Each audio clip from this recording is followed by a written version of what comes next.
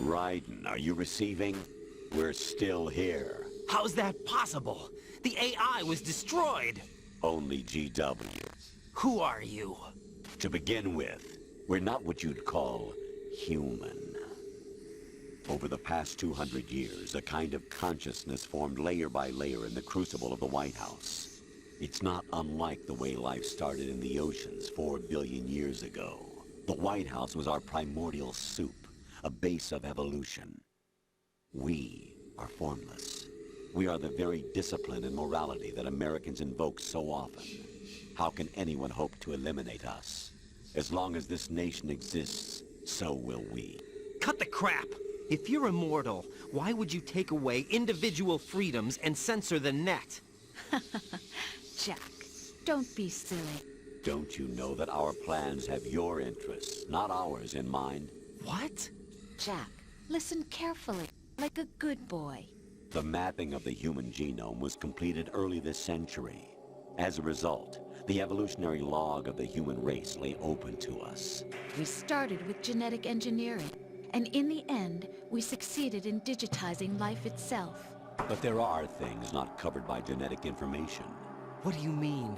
Human memories, ideas, culture, history. Genes don't contain any record of human history. Is it something that should not be passed on? Should that information be left at the mercy of nature? We've always kept records of our lives, through words, pictures, symbols, from tablets to books. But not all the information was inherited by later generations. A small percentage of the whole was selected and processed, then passed on. Not unlike genes, really. That's what history is, Jack. But in the current digitized world, trivial information is accumulating every second, preserved in all its triteness, never fading, always accessible. Rumors about petty issues, misinterpretations, slander. All this junk data, preserved in an unfiltered state, growing at an alarming rate. It will only slow down social progress, reduce the rate of evolution. Right. You seem to think that our plan is one of censorship. Are you telling me it's not? You're being silly. What we propose to do is not to control content, but to create context. Create context. The digital society furthers human flaws and selectively rewards development of convenient half-truths. Just look at the strange juxtapositions of morality around you. Billions spent on new weapons in order to humanely murder other humans. Rights of criminals are given more respect than the privacy of their victims. Although there are people suffering in poverty, huge donations are made to protect endangered species. Everyone grows up being told the same thing. Be nice to other people. But beat out the competition. You're special. Believe in yourself and you will succeed. But it's obvious from the start that only a few can succeed. You exercise your right to freedom, and this is the result. All rhetoric to avoid conflict and protect each other from hurt. The untested truths, spun by different interests, continue to churn and accumulate in the sandbox of political correctness and value systems. Everyone withdraws into their own small gated community, afraid of a larger forum. They stay inside their little ponds, leaking whatever truth suits them into the growing cesspool of society at large. The different cardinal truths neither clash nor mesh. No one is invalidated, but nobody is right. Not even natural selection can take place here. The world is being engulfed in truth. And this is the way the world ends. Not with a bang, but a whimper. We're trying to stop that from happening. It's our responsibility as rulers. Just as in genetics, unnecessary information and memory must be filtered out to stimulate the evolution of the species. And you think you're qualified to decide what's necessary and not? Absolutely. Who else could wade through the sea of garbage you people produce, retrieve valuable truths, and even interpret their meaning for later generations? That's what it means to create context. I'll decide for myself what to believe and what to pass on.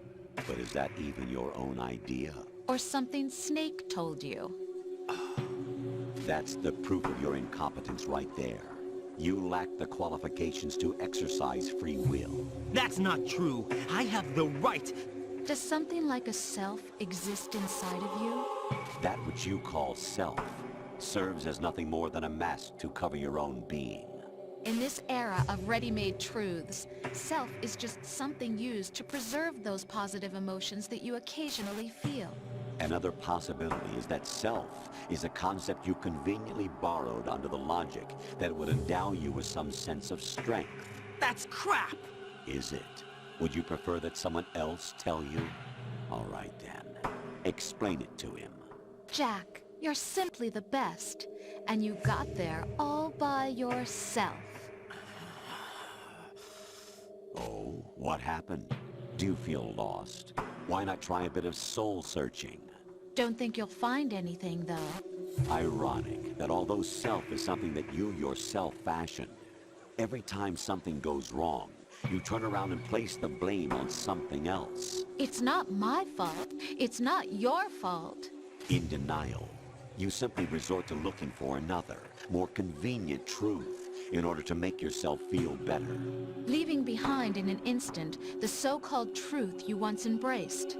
Should someone like that be able to decide what is truth? Should someone like you even have the right to decide? You've done nothing but abuse your freedom. You don't deserve to be free. We're not the ones smothering the world. You are. The individual is supposed to be weak, but far from powerless. A single person has the potential to ruin the world. And the age of digitized communication has given even more power to the individual. Too much power for an immature species. Building a legacy involves figuring out what is wanted and what needs to be done for that goal. All this you used to struggle with. Now, we think for you. We are your guardians, after all. You want to control human thought? Human behavior? Of course. Anything can be quantified nowadays. That's what this exercise was designed to prove. You fell in love with me just as you were meant to, after all. Isn't that right, Jack? Ocelot was not told the whole truth, to say the least. We rule an entire nation.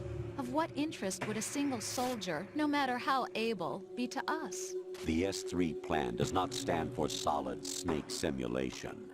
What it does stand for is selection for societal sanity.